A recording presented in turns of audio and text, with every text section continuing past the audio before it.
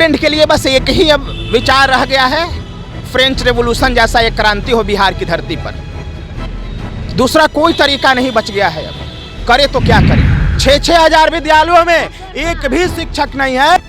3 साल से धकाधक डिग्रियां बट रही है। सारे डिग्रियां अवैध है ना जी। तो जब उतना अवैध कामों पर किसी की नजर नहीं है तो प्रश्न पत्र लीक कौन सी बड़ी बात है, बहुत छोटी सी बात है। यहाँ हर कुछ सेट है, सब कुछ बेच दिया जाता है। सबको इनके जैसा भिखारी बनाना चाहता है इस देश के नौजवानों को।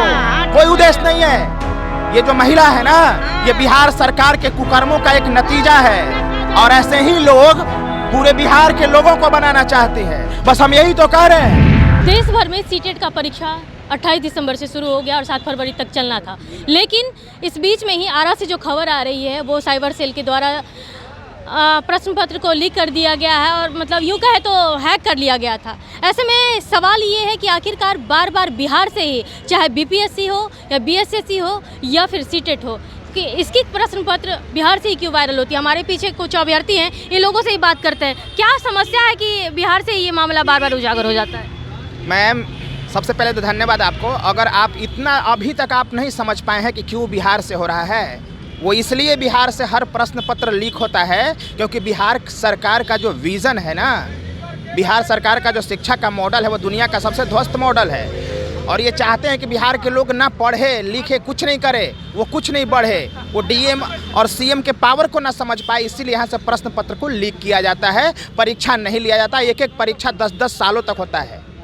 इसमें क्या सोचना ही नहीं है। स्टूडेंट्स सालों साल परीक्षा की तैयारी करते हैं और बस एग्जाम होने के समय ही इस तरह की समस्याएं हो जाती है। तो स्टूडेंट को किस तरह का समस्या से गुजरना पड़ता है, आप हमें ये बताइए। स्टूडेंट के लिए बस एक ही अब विचार रह गया है, फ्रेंच रेवोल्यूशन जैसा एक क्रांति हो बिहार की धरती पर। दूसरा कोई तरीका नहीं बच गया है। अब करे तो क्या करे। क्या करे इस सरकार के लोग। सरासर सफ़ेद झूठ बोलता है। चुनाव के पहले क्या बोलता है, चुनाव के बाद क्या बोलता है। चुनाव के पहले 10 लाख की बात करता है, चुनाव के बाद, चुनाव के पहले और चुनाव के बाद सब कुछ भूल जाता है और अंत में यहाँ तक भूल जाता है कि वो प्रश्न पत्र लीक करना है कि नहीं करना है। तो सबको इनके जैसा भिखारी बनाना चाहता है इस देश के नौजवानों को। कोई उद्देश्य नहीं है। ये जो महिला है ना, ये बिहार सरकार के कुकर्मों का एक नतीजा है और ऐसे ही लोग पूरे बिहार के लोगों को बनाना चाहते हैं। बस हम यही तो कह रहे हैं। बिहार के मैडम 6000 से ज़्यादा ऐसे विद्यालय हैं जिसमें एक भी शिक्षक नहीं है महाराज, एक भी शिक्षक नहीं है। पता नहीं कहाँ है ये देश, कहाँ है दुनिया, कहाँ सुप्रीम कोर्ट और हाई कोर्ट है। 6-6 हजार विद्यालयों में एक भी शिक्षक नहीं है। 3 साल से धकाधक डिग्रियां बट रही है। सारे डिग्रियां अवैध है ना जी।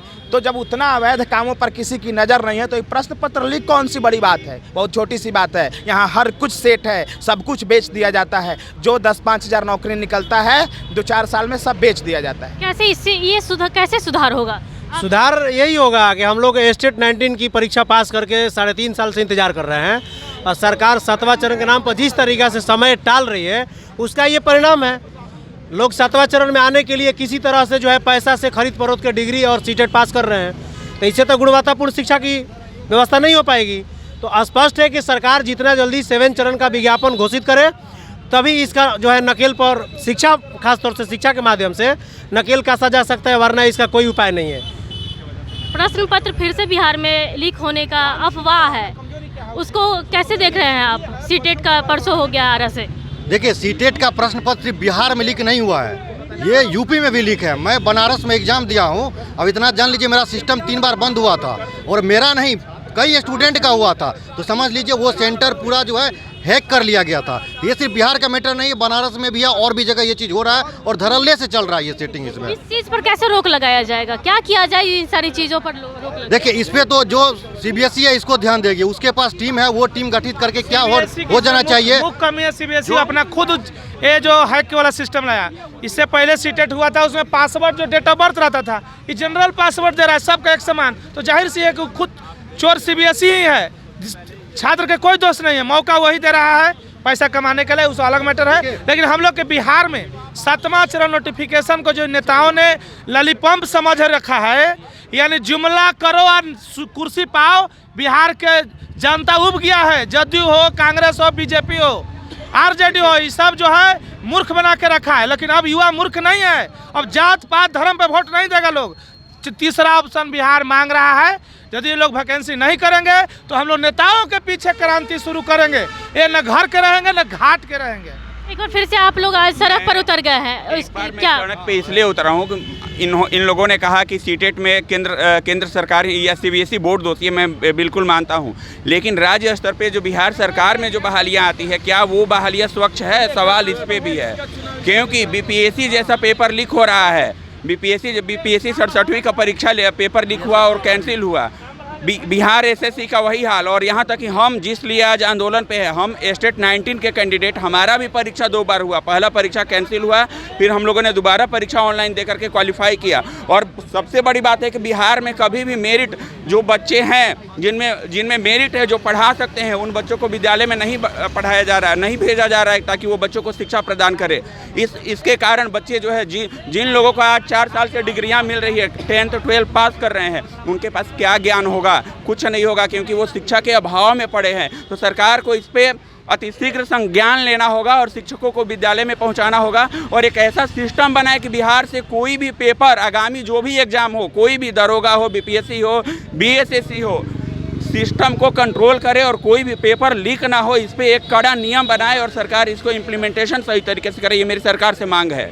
आज आप लोग भैंस भी ले आए हैं, उस भैंस का क्या उद्देश्य है? देखिए, हम लोग जो है STT 19 अभ्यर्थी है, जितना भी यहाँ पे आए हुए हैं हम लोग सभी STT 19 अभ्यर्थी हैं और 80,402 अभ्यर्थी, इनकी नियुक्ति के लिए हम लोग यहाँ पे आए हैं। और भैंस हम लोग इसलिए आए हैं, शिक्षा मंत्री जी देखिए, शिक्षा मंत्री जी का वहाँ भैंस के नाम से हम लोग नामांकित करेंगे उस पर, क्योंकि शिक्षा मंत्री जी के पास लेटर लेके जाते हैं और मीडिया के माध्यम से हो, चाहे उनके मंत्री हो, विधायक हो, सभी के माध्यम से वहाँ तक हम लोग बात पहुँचाने का प्रयास करते हैं। लेकिन शिक्षा मंत्री जी STT 19 को लेकर के सोए हुए हैं, उनको जगाने के लिए हम लोग यहाँ पे आए हैं। और शिक्षा मंत्री जी जाग जाइए और अभी जान लीजिए, 25 का जो इलेक्शन होगा उसमें आप विधायक नहीं रहिएगा। शिक्षा मंत्री का पद या कोई भी पद जो आपको मिला है वो परमानेंट नहीं है, वो क्षण भर के लिए है। इससे पहले भी शिक्षा मंत्री कोई और थे, अब आप है, फिर कोई और होगा। तो आपको पद मिला है तो काम करने के लिए मिला है। शिक्षा मंत्री जी आप काम करिए और जो अभ्यर्थियों को गुमराह कर रहे हैं ये गुमराह मत करिए। हमारे जितने भी अभ्यर्थी 80,402 सबका मांग है स्टेट 19 का और विलंब बहाली प्रक्रिया शुरू करिए। और जो आप 2023 कह रहे हैं STT लेंगे तो ये होने नहीं देंगे। अगर आप STT 2023 का बात किए शिक्षा मंत्री जी तो आपके आवास पे हम लोग चढ़ाई करेंगे, आपके आवास पे आएंगे और आप आवास से नहीं निकल पाइएगा। तो अब विलंब 7वें चरण STT 19 7 फेज का आप नोटिफिकेशन दीजिए, और नहीं तो आप समझ लीजिए 24-25 में आप नहीं रहिएगा। और तेजस्वी जी को भी मैं कहना चाहता हूँ, तेजस्वी जी कोई भी पद परमानेंट नहीं होता है, ये राजतंत्र नहीं है, लोकतंत्र है।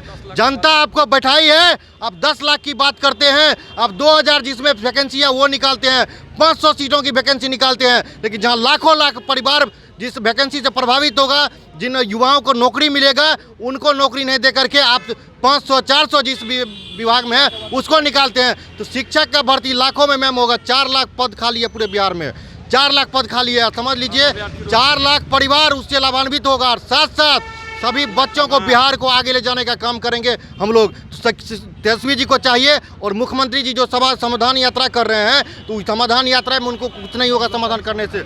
हम लोग समस्या यहाँ दिखा रहे हैं। आज आप लोग भैंस लाए, आप लोग लगातार प्रदर्शन कर रहे हैं, लेकिन सब कुछ सही है, लेकिन क्या लग रहा है कि ये सारा कुछ करने के बावजूद आप लोग की बात को सुन ली जाएगी? बात तो सुनना ही पड़ेगा। जो जिस नियम के तहत वो कुर्सी पर बैठे हैं उसी नियम के तहत हम लोग प्रदर्शन कर रहे हैं और संविधान के तहत लोकतंत्र का चौथा स्तंभ के माध्यम से हम बात पहुंचा रहे हैं सरकार तक। सरकार भी अपनी बातों को आपके माध्यम से हम लोग तक पहुंचाती है, हम लोग भी बात को पहुंचा रहे हैं। सरकार को सुनना पड़ेगा, नहीं सुनेंगे तो यात्रा करने से नहीं होगा। मुख्यमंत्री जी आपको समस्या का जानकारी नहीं है, हम लोग समस्या आपको बता रहे हैं। बिहार के विद्यालय में शिक्षक नहीं है। अभी प्रथम NGO जो है, जो ACR रिपोर्ट जो दिया गया है, एनुअल एजुकेशन रिपोर्ट जो दिया गया, स्टेटस एजुकेशन रिपोर्ट, उसमें आप देखिएगा सभी मंत्री, सभी विधायक जो सत्ता में बहुत खुश हैं। हमारे यहाँ इनरोलमेंट बहुत ज़्यादा है, विद्यार्थी का नामांकन बहुत ज़्यादा हुआ है। लेकिन आप एक तरह से तो ये भी करें विद्यार्थी का बहुत संख्या है, लेकिन ये बोलने के लिए भूल जाते हैं कि वहाँ शिक्षक नहीं है विद्यालय में। आपका स्टूडेंट टीचर का रेशियो फॉलो हो रहा है, नहीं हो रहा है। शिक्षा मंत्री जी आप उस ACR रिपोर्ट पे मत उड़िए, आप प्रथम NGO का जो रिपोर्ट आया है उस पर मत जाइए। आप देख लीजिए आपके यहाँ स्टूडेंट टीचर का रेशियो नहीं है। क्योंकि अगर विद्यालय में बहुत अधिक संख्या में छात्रों का नामांकन हुआ है तो वहाँ शिक्षक नहीं है, और नामांकन होने से नहीं है ऑन पेपर। आप ये भी देखिए कि उस विद्यालय में अटेंडेंस कितना है, बच्चा कितना स्कूल में आ रहा है। बच्चा नहीं आ रहा है, प्राइवेट ट्यूशन कर रहा है और प्राइवेट ट्यूशन के माध्यम से वो लोग स्टडी कर रहे हैं। तो आप देखिए कि इस तरह से सीटेट अभ्यर्थी जब हमारा जो सवाल था कि लगातार बिहार में ही प्रश्न पत्र क्यों लीक होते हैं, उसको लेकर के जो अभ्यर्थी थे हमारे पीछे वो किस तरह से आक्रोशित है और लगातार जो है सरकार पर, जो गठबंधन की सरकार है उस पर हमलावर है। ये लोग बता रहे हैं कि 2025 तक जिस तरह से हम लोग सत्ता पर उन्हें बैठाया है, 2025 आने के बाद इनको उस सत्ता से भी बेदखल करेंगे। फिलहाल के लिए इतना ही। बने रहे कशिश न्यूज़ के साथ पटना से अंकिता सिंह की रिपोर्ट।